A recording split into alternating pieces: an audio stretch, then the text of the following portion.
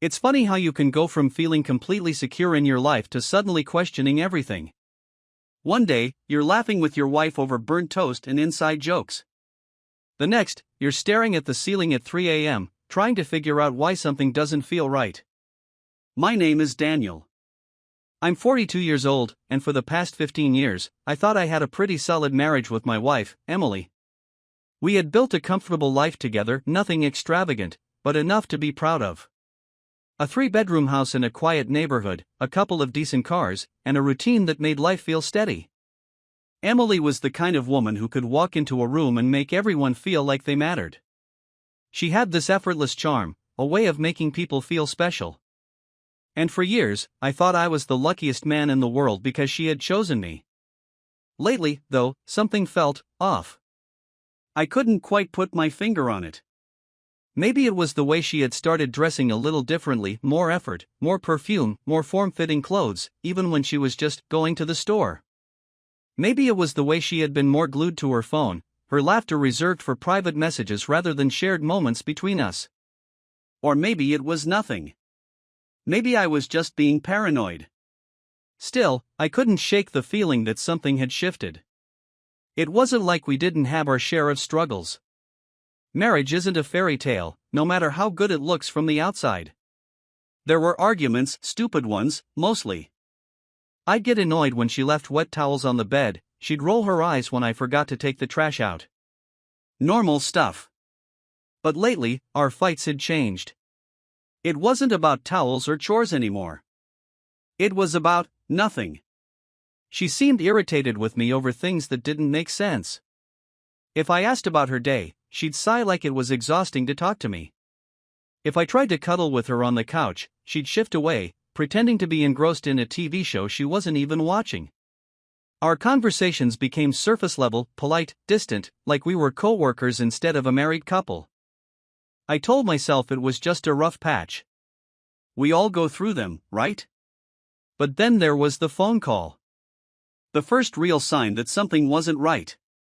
It happened last Tuesday. I had just gotten home from work and was kicking off my shoes when I heard her phone buzzing on the kitchen counter. Emily was in the shower, so I glanced at the screen. No name. Just a number. It rang 3 times, then stopped. A minute later, it buzzed again. This time, a text popped up. Can't wait to see you again. Last night was incredible. I froze. My heart started hammering against my ribs, a cold sweat forming on the back of my neck. Was this a joke? A wrong number? I stared at the screen, half expecting the words to disappear like some kind of glitch. But they didn't. They just sat there, taunting me. I looked toward the bathroom, the sound of running water filling the silence of our home. Emily was humming a soft, carefree tune like she had nothing to worry about. I felt like I had been sucker punched. This was the moment, the first crack in my reality. And once you see a crack, you can't unsee it. I put the phone down carefully, like it was some kind of explosive. My mind was racing. Should I check her messages? Should I pretend I didn't see anything? I took a deep breath, trying to steady myself. Maybe there was an explanation. Maybe I was jumping to conclusions. But deep down, I already knew. This was just the beginning. I didn't sleep that night. I tossed and turned, my mind replaying the text message over and over again like a broken record. Can't wait to see you again. Last night was incredible. The words were burned into my brain. Emily slept soundly beside me, her breathing steady, her body curled up under the covers like nothing had changed. Like she wasn't hiding a secret that had just cracked my world wide open. I stared at the ceiling, my thoughts spinning in circles. What if it was a mistake? A wrong number? What if she really did have an explanation? But then there was the other side of my brain, the part that was screaming at me to stop being naive. She was cheating. I could feel it in my gut. And the worst part? I had no proof beyond that single text message. At around 4 a.m., I made my decision. I needed to find out the truth. The investigation begins. The next morning, I acted normal. I kissed Emily on the forehead when she woke up, pretending like everything was fine. She smiled at me, a little sleepily, and for a split second, I almost let myself believe that things were okay. But then she picked up her phone, and I saw the micro expression of panic on her face. It was quick, barely there, but I caught it. She turned slightly, angling the screen away from me as she scrolled through her messages. I felt sick. She knew. She saw the message. And now she was covering her tracks. I forced myself to stay calm. "You slept well?" I asked, pouring myself a cup of coffee.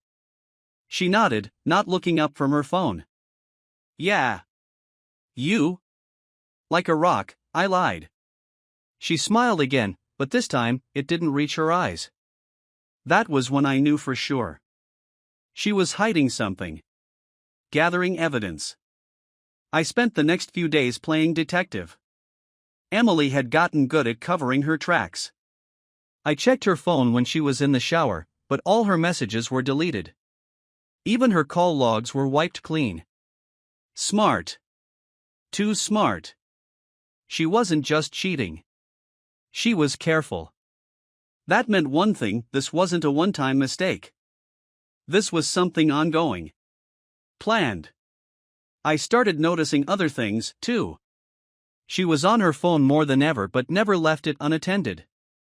She would get random text messages and walk into the other room to answer them. She suddenly had work events that she had never mentioned before.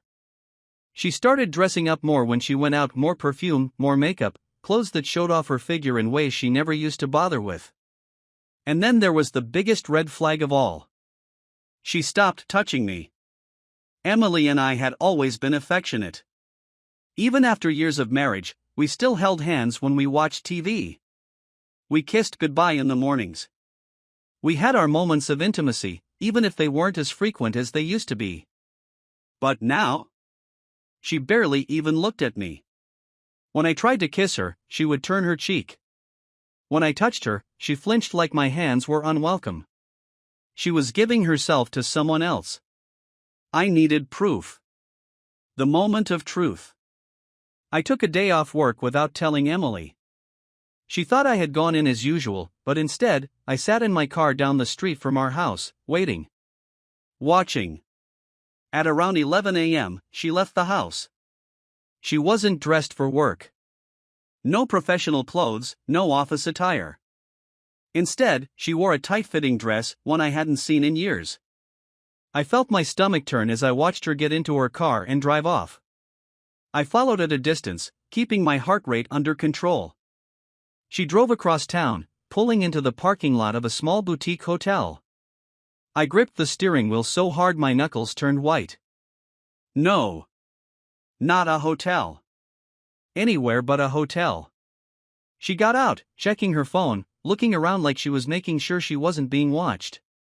Then she walked inside. My mind went blank. It was real. It was really happening. I didn't know how long I sat there, staring at the hotel entrance like an idiot. Maybe 5 minutes. Maybe an hour. Then I saw him. A man. Mid-40s. Well-dressed, a little too polished, like he cared about his appearance more than a normal guy should. He parked a few spots away from where Emily had left her car. He walked into the hotel like he had done it 1,000 times before. And just like that, I knew. It wasn't just sex. This was routine. Breaking point. I should have stormed in right then and there. I should have grabbed him by the collar and demanded answers. But I didn't. Instead, I sat in my car, gripping the wheel, my whole body shaking. Rage. Disgust. Pain. I imagined them together in that hotel room, her hands on him, her lips on his, the same way she used to be with me. I imagined all the times she came home late, smiling at me, acting like nothing was wrong. I had been living in a lie. I drove away before I did something stupid. Facing the truth. I spent the next few hours in a daze. I couldn't go home. Not yet. So I drove. For hours, I just drove, trying to figure out what the hell I was supposed to do next. Did I confront her? Did I gather more proof? Did I walk away? By the time I pulled into our driveway, it was dark. Emily was already home, sitting on the couch, her phone in her lap. She looked up when I walked in. "Hey. Long day?" Her voice was so normal, like she hadn't just spent the afternoon screwing another man in a hotel room. I swallowed the bile rising in my throat. "Yeah," I said. "Really long." She nodded, then went back to her phone. Like I didn't even exist.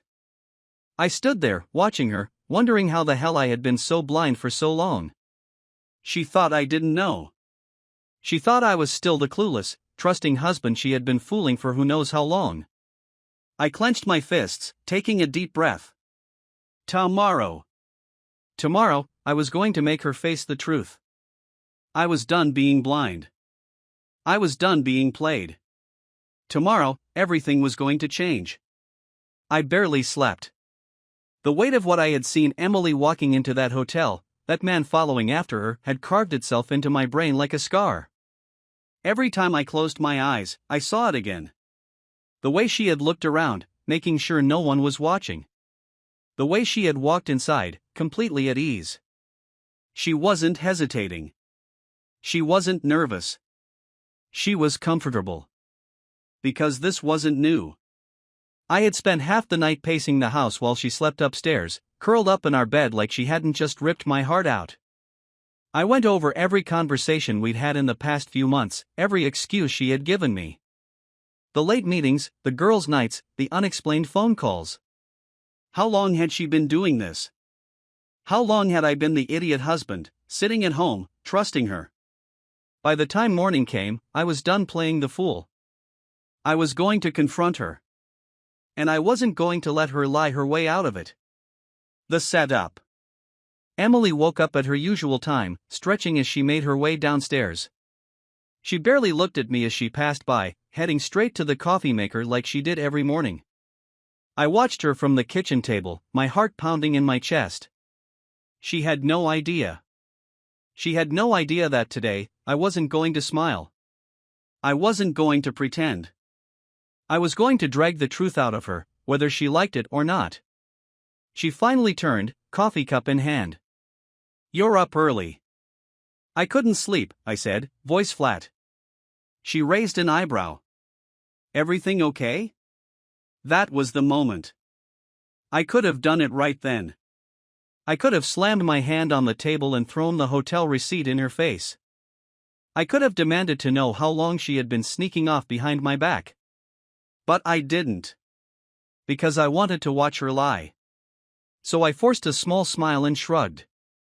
Just a lot on my mind. She nodded, taking a sip of coffee. "Yeah, same." Same? What the hell was on her mind? The man she spent yesterday afternoon with? I clenched my jaw, fighting to keep my composure. Not yet. The test. I decided to bait her.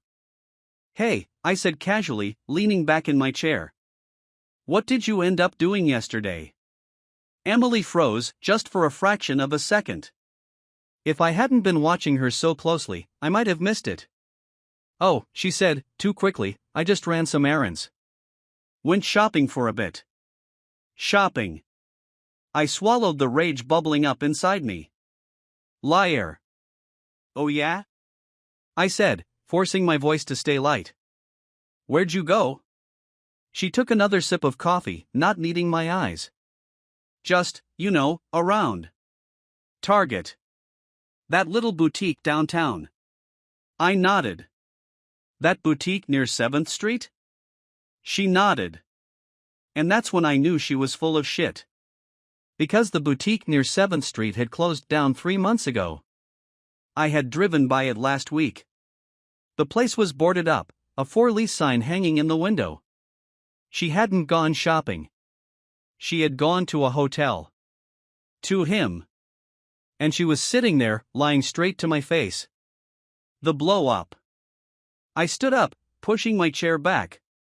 Emily looked up at me, startled. You went shopping? I asked, my voice eerily calm. She blinked. Yeah. You sure about that? She frowned. What's with the interrogation? Because I was downtown yesterday, I said, my heart hammering in my chest. I drove past that boutique on 7th. It's closed. Been closed for months. Her face paled. For the first time, she looked scared. I stepped forward. Try again, Emily. Where were you? She opened her mouth, closed it, then tried again. Dan, you're being weird. Where?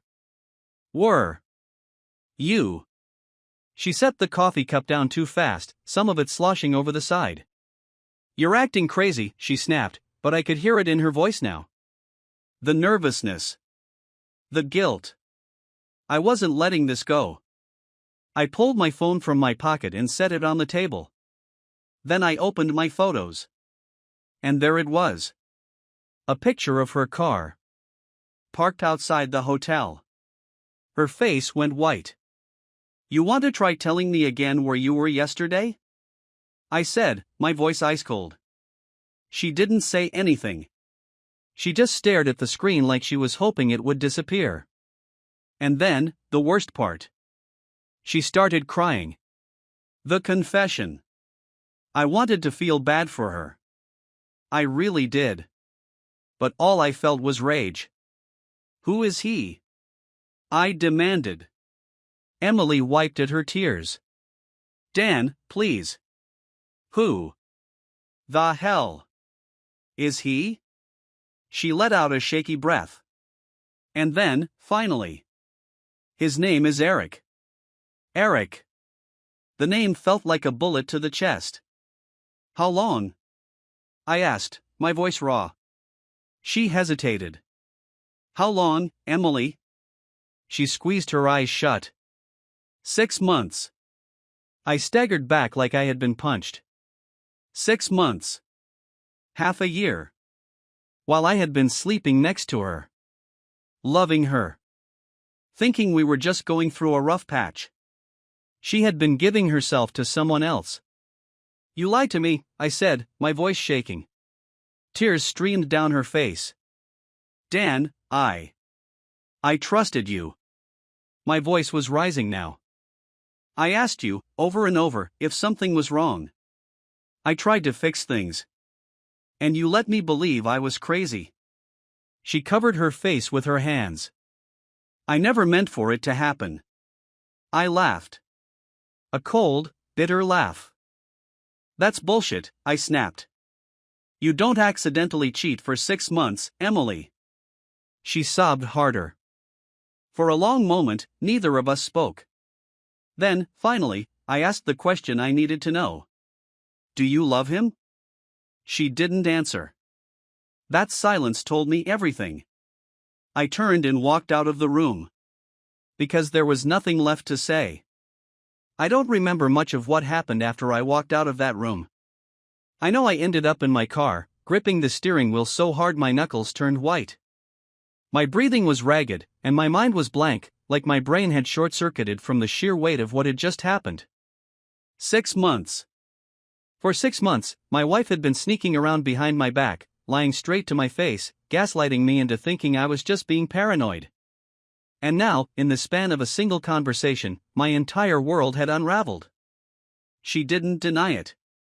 She didn't even try to fight back. And the worst part? She didn't answer when I asked if she loved him. That silence spoke louder than anything she could have said. I wanted to scream.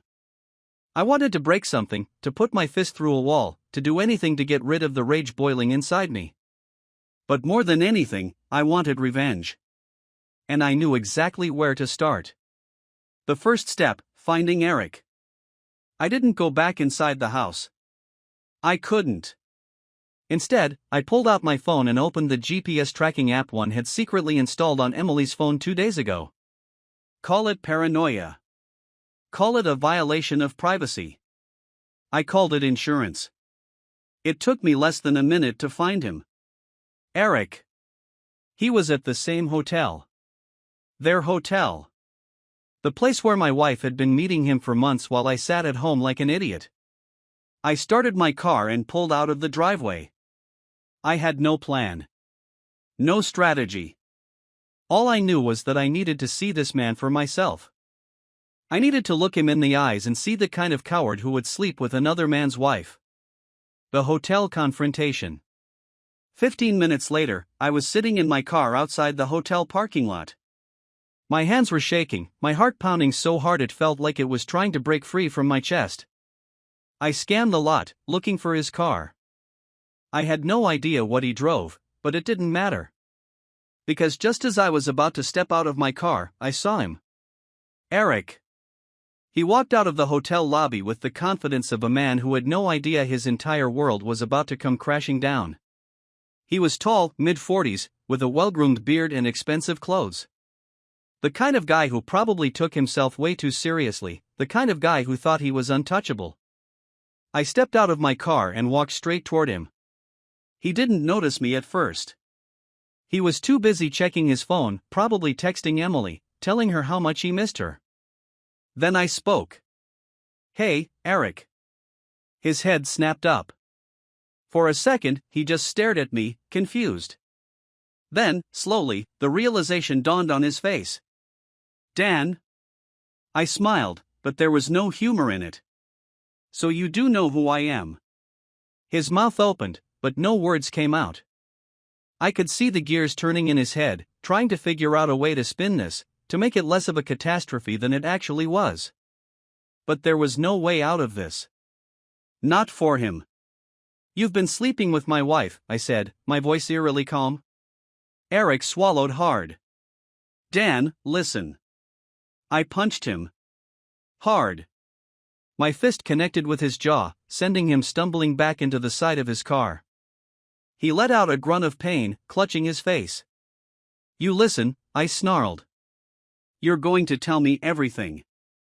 Right now." He didn't answer. He just looked at me, eyes wide with fear. I grabbed his shirt and shoved him against his car. "Tell me." His voice shook. I didn't know she was still with you." I laughed, a bitter, hollow sound. "Bullshit. You knew. You just didn't care." He didn't deny it. I let go of him, stepping back. My hands were still shaking. I wanted to hit him again, to break his smug, self-satisfied face. But I wasn't done yet. I pulled out my phone and snapped a picture of him, a full, clear shot of his face. "What the hell are you doing?" he asked, wiping blood from his lip. I smirked. "Oh, just gathering evidence. Destroying Emily's illusion." I drove home after that, feeling different. Not calm. Not at peace. But in control. Emily had spent 6 months lying to me, thinking she could get away with it. She had stolen my trust, my time, my love, and given it to some lowlife who had no problem screwing another man's wife. Well, now it was my turn. When I walked through the front door, Emily was waiting in the living room. Her eyes were red and puffy, like she had spent the last hour crying. "Good." She looked at me, hesitant. "Where did you go?" I tossed my phone onto the coffee table. The screen was still open, showing the picture of Eric. Her breath hitched. "You recognize him, don't you?" I said coolly. Emily's mouth opened and closed, but no words came out. I leaned against the wall, crossing my arms. I had a little chat with him. Real charming guy. "You really have great taste, Em." She flinched. "Dan, please." "I just have one question," I interrupted. "Were you ever going to tell me? Or were you planning to keep sneaking around forever?" She stared at me, tears welling up again. "I don't know." I laughed, shaking my head. "Of course you don't." Silence. Finally, I exhaled. "I'm done, Emily." Her head snapped up. "What?" I met her gaze, and for the first time in months, I saw fear in her eyes. "I'm done with this marriage," I said. "I'm done being lied to." I'm done being your backup plan while you screw around with someone else. She stepped forward, panic setting in. Dan, please. We can fix this. No, I said firmly. You broke this. And you don't get to decide what happens next. I turned and walked toward the stairs. Dan, she cried. I stopped at the top, looking back at her one last time. You made your choice, Emily, I said quietly. Now I'm making mine. Then I walked into the bedroom and closed the door behind me. I was done. And for the first time in 6 months, I felt free. I didn't sleep that night. Not because I was heartbroken. Not because I was lost or confused. But because I was angry. Rage had settled into my bones like an infection, poisoning everything inside me. I lay in bed, staring at the ceiling, listening to Emily sob downstairs. A part of me wanted to feel bad for her. But why should I? She wasn't crying when she was sneaking off to her little afternoon getaways with Eric. She wasn't crying when she came home late and kissed me like nothing was wrong. She wasn't crying when she chose him over me. So why the hell should I feel sorry for her now? Morning comes with cold clarity. I got out of bed before sunrise. Emily must have heard me moving around because she was waiting in the kitchen when I walked in. She looked awful. Her eyes were swollen, her face pale. Her hair was a mess, like she hadn't slept at all. Dan, she said softly. I ignored her and poured myself a cup of coffee. She stepped closer. Can we talk? I took a slow sip, then set the cup down. No, I said. We're beyond that. She flinched like I had hit her. Please. Just give me 5 minutes. I exhaled through my nose, forcing my jaw to unclench. I didn't want to talk. I didn't want to hear her excuses, her justifications, her pathetic attempts to spin this into something that wasn't her fault. But I also wanted closure. So I nodded. Fine. 5 minutes. She pulled out a chair and sat down across from me. I stayed standing. She licked her lips nervously. I never wanted to hurt you. I let out a cold laugh. That's the first lie of the morning. Let's see how many more you get in before I walk out of here. Her face crumpled. I mean it. Then why did you do it? She hesitated, wringing her hands together. I don't know. I slammed my fist against the counter, making her jump. Bullshit. She looked at me with wide, teary eyes. It wasn't about you. I felt lost. Like I wasn't myself anymore. Like I was just your wife. And I wanted to feel wanted again. I stared at her, disgusted. So instead of talking to me, I said slowly, instead of telling me you were struggling, you decided to screw another man behind my back? She buried her face in her hands. I know I messed up. I scoffed. You don't mess up for 6 months, Emily. You make choices. She didn't argue. Because she knew I was right. The truth hurts. I sat down across from her, folding my arms. Tell me something, I said, my voice low. When you were with him, did you ever think about me? She opened her mouth. Closed it. Then whispered, no. Something inside me broke. Not because I still loved her. Not because I wanted to believe she cared. But because that answer confirmed everything. Every time I had called to check in, every time I had kissed her before bed, every time I had told her I loved her. I was nothing to her. I took a deep breath, steadying myself. And you still won't even admit if you love him. Her head snapped up.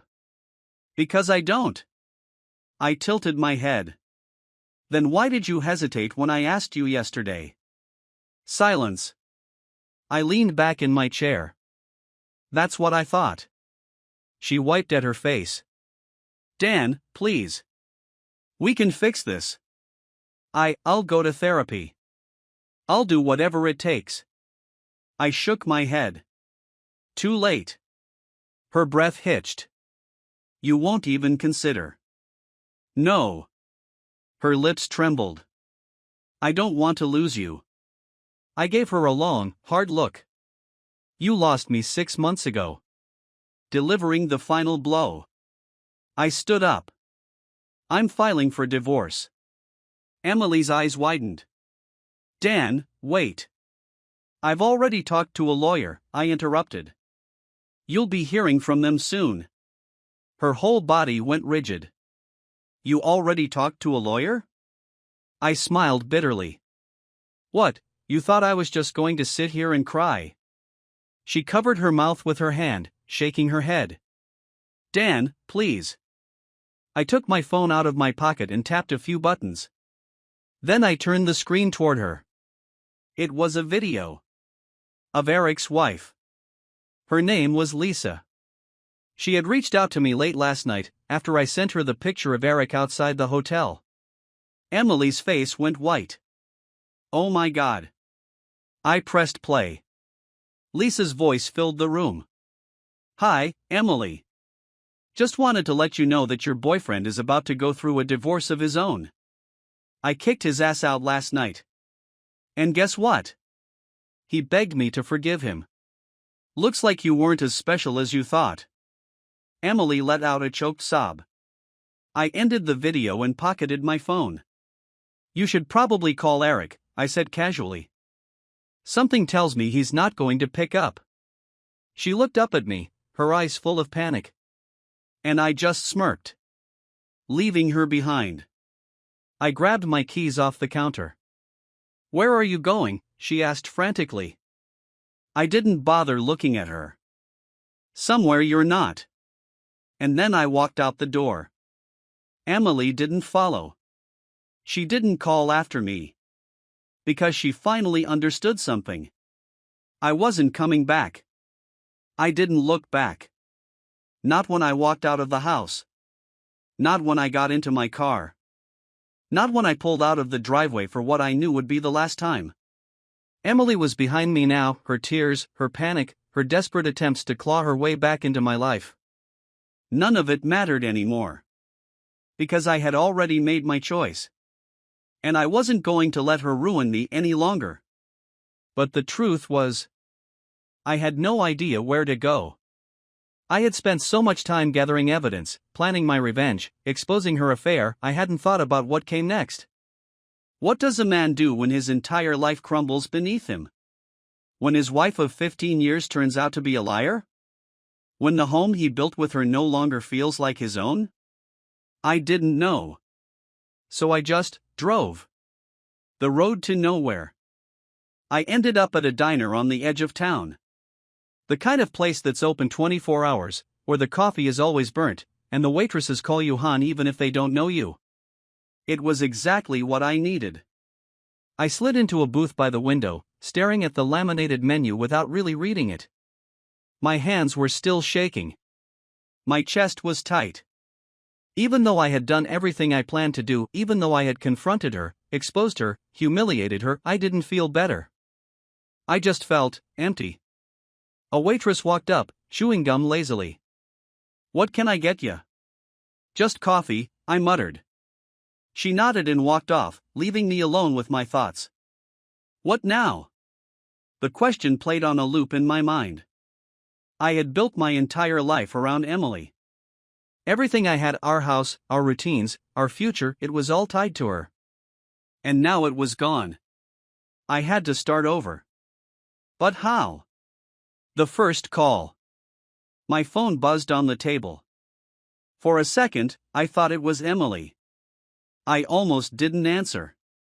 But then I saw the name on the screen, Lisa. Eric's wife. I picked up. Yeah? Hey, she said. You doing okay? I snorted. Define okay. She sighed. Yeah.